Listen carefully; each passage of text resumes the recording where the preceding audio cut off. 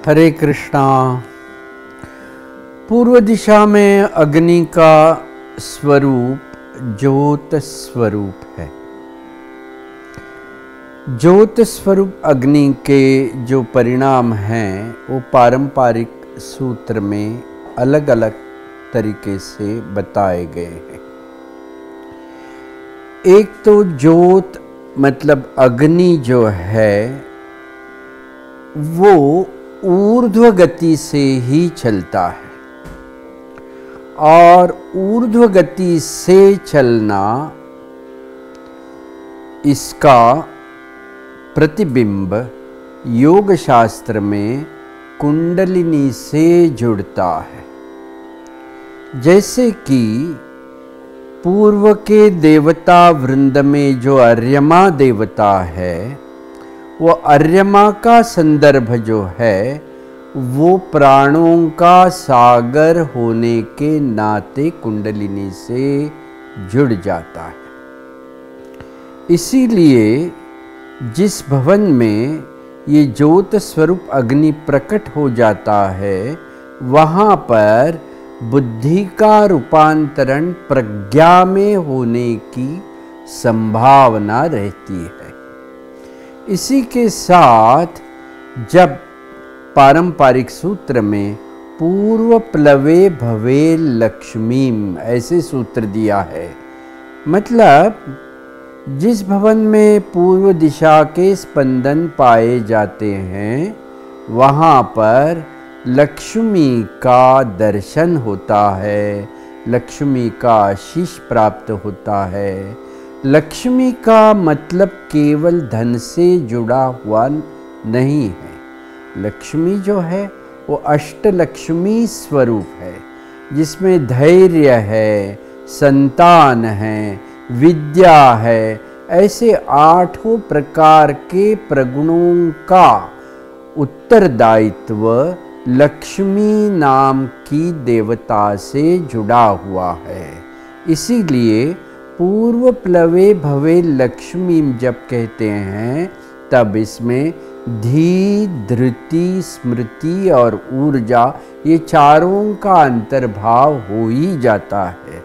और पूर्व दिशा का देवता वृंद हम जब देखते हैं तब उस देवता वृंद में इंद्र, रवि, सत्य और अर्यमा ये 4 देवताओं का संदर्भ पूर्व दिशा के देवता वृंद से जुड़ा हुआ है।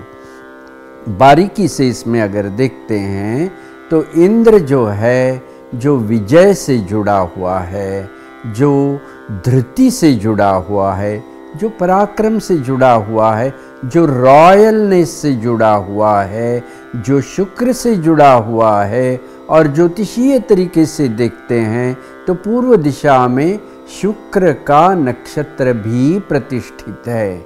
इस प्रकार से शास्त्र के बारे में जब हम सोचते हैं तब पुराण हो, ज्योतिष हो, पारंपरिक वास्तुशास्त्र हो, इन तीनों का समुचित एक समयावच्छेदे इस प्रकार से विचार जब हम कर देते हैं तब जाके ये पारंपरिक सूत्रों में क्या लिखा है, देवता निकष क्या चीज़ है, इसका ज्ञान हो जाता है। तो ये पूर्व के ज्योत स्वरूप अग्नि के लिए पारंपरिक सूत्र, जो मैं अपराजित पृच्छा का भी सूत्र देख रहा हूँ, तो उसमें ऐसे कहा है, निरोगा दानशीला च विशिष्ट जन सेविता पूर्व प्लवातु या भूमि शोभना सा प्रकीर्तिता। तो जिस व्यक्ति में धैर्य रहता है, संस्कार रहता है, उसको तो पूरे जीवन में कीर्ति की प्राप्ति तो हो ही जाती है। और पूर्वत से जुड़ा हुआ ग्रह वृंद जब हम देखते हैं तो सब शुभ ग्रह वृंद है। जैसे कि रवि है और मंगल है, दूसरा बृहस्पति है। ये तीनों के स्पंदन 1, 5, 9 राशियाँ पूर्व दिशा से जुड़ने के कारण पूर्व दिशा से प्रसरित होते हैं। और चौथा जो हमने देख लिया जबकि पूर्व दिशा में शुक्र का नक्षत्र 159 राशियों में भी आता है। इसीलिए अंतरावकाश से या आकाश तत्व से शुक्र का स्पंदन उस भवन में पाया जाता है। यही आकाश तत्व से शुक्र का स्पंदन ठीक ठीक पा जाता है। इसीलिए भवन का आकार प्रकार वास्तुशास्त्र में सी ओपनिंग टू ईस्ट इस प्रकार से करने के लिए प्रतिष्ठित माना गया है।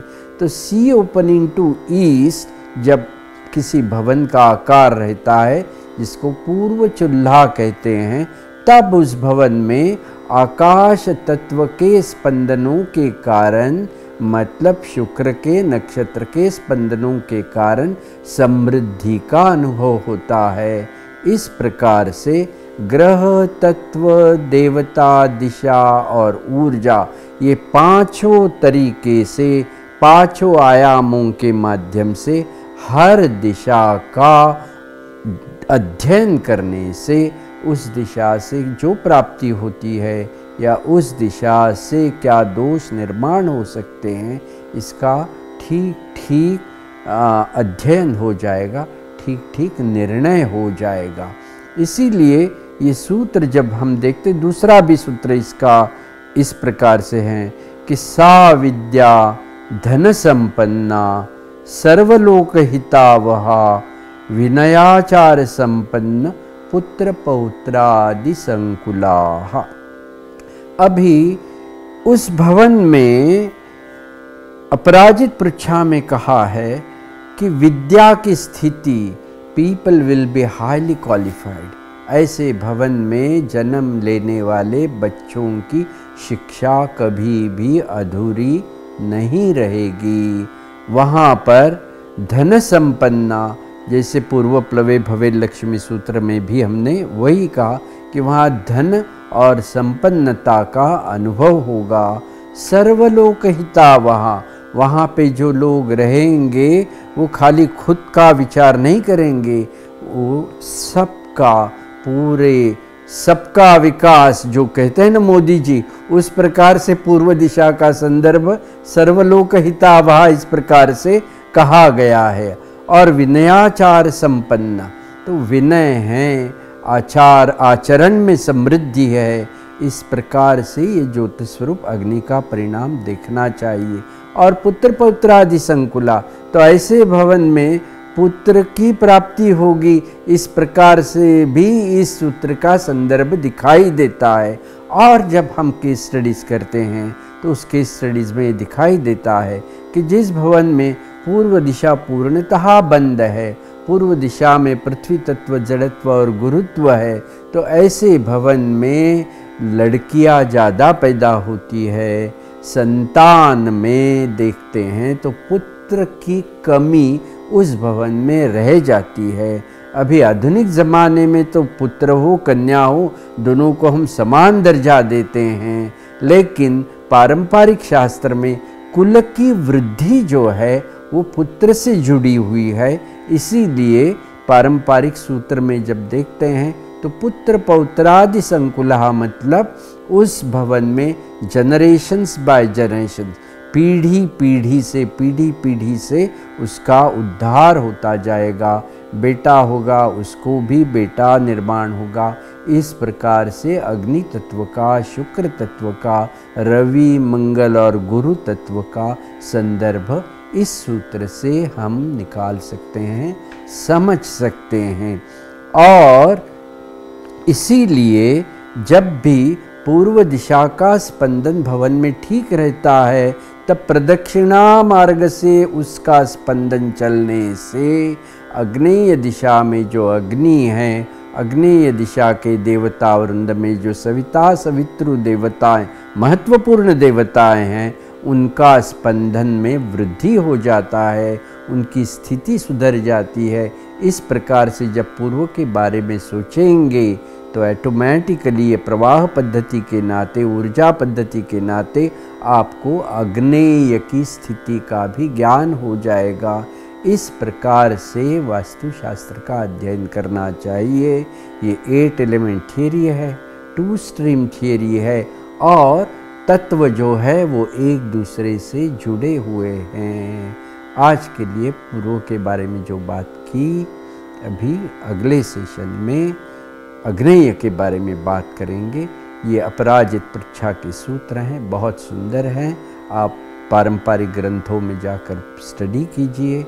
यहाँ पर तो मैंने खाली इंट्रोडक्शन दी है। जय गुरुदेव।